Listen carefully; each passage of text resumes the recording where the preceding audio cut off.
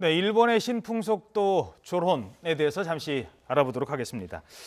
이렇게 부부가 살다 보면 아이 못 살겠다 해서 뭐 별거는 할 수 있어요. 근데 네. 이거는 별거랑 또 다른 거죠. 졸혼 뭡니까? 졸혼을 이제 굳이 얘기하자면 이제 이혼인 듯 이혼 아닌 이혼 같은 너 뭐 이런 거 봐야죠. 예.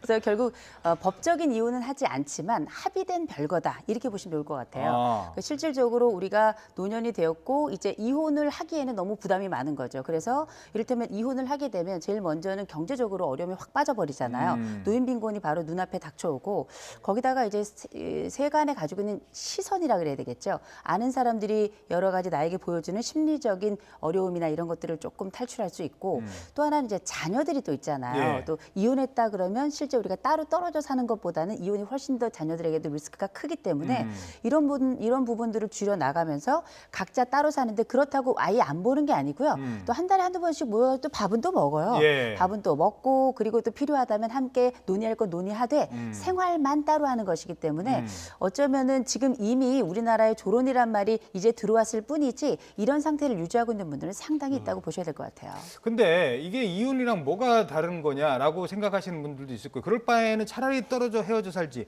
이혼하는 것과 이혼하지 않고 졸혼을 하는 것 어떤 차이가 있는 걸까요? 일단은 이혼이라는 게 황혼기에는 굉장히 좀 두려운 대상이죠. 막상 우리가 60 넘어가지고 이혼을 한다고 생각을 해보세요. 예. 이게 또 만만한 일은 아니거든요. 그렇죠. 자식들도 그렇죠? 있고 그렇죠. 뭐 자식도 있지만 재산 문제도 있고. 일단 남성들 같은 경우에는 삼시세끼 어떻게 처리하나 뭐 이런 얘기부터 시작해서 그런데 네. 졸혼이라고 해가지고 그렇다고 뭐 같이 사는 건 아니니까 식사 문제나 이런 건 해결되는 건 아니지만 일단 법적으로 헤어지는 것과 그렇지 않은 것 사이에 심리적인 결합 상태는 굉장히 다르다는 거죠. 그다음에 두 번째로는 우리나라가 아직 그 이혼을 굉장히 많이 한다 하지만 또 황혼 이혼이 27%에 달한다고 하지만 여전히 황혼 이혼을 한 사람들에 대한 주변의 시선이 아직까지는 좀 따가운 편이에요. 이런 따가운 부분들을 이제 많이 좀 줄일 수 있고 그러면서 편리를 좀 추구하고 그러면서도 내가 아직은 마음으로 또 법적으로는 배우자가 있는 상태잖아요.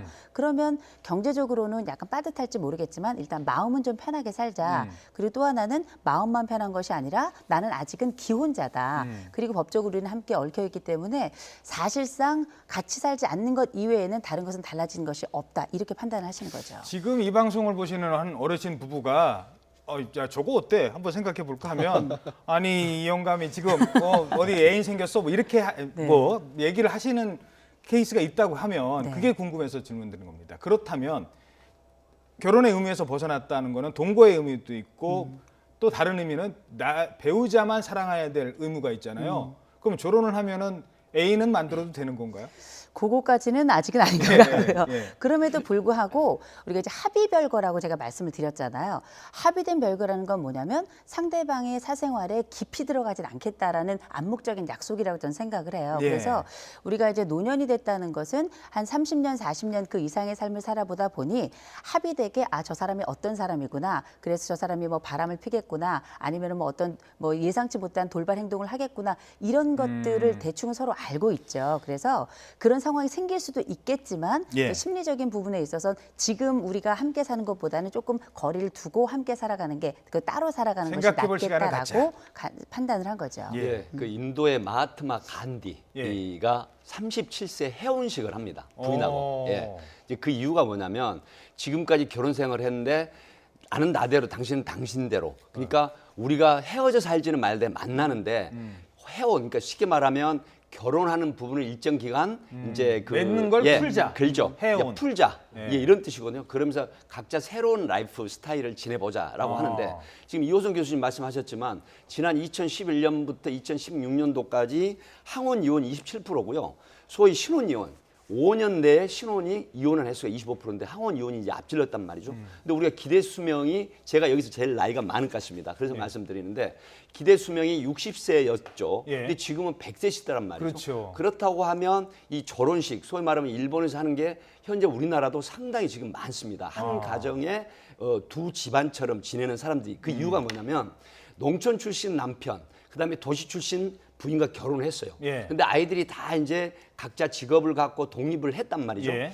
근데 다시 남은 20년, 30년 생활을 이렇게 부부가 같이 도시에서 사는 것보다 내가 새로운 스타일의 인생을 살고 싶다. 아하. 그곳이 어디냐?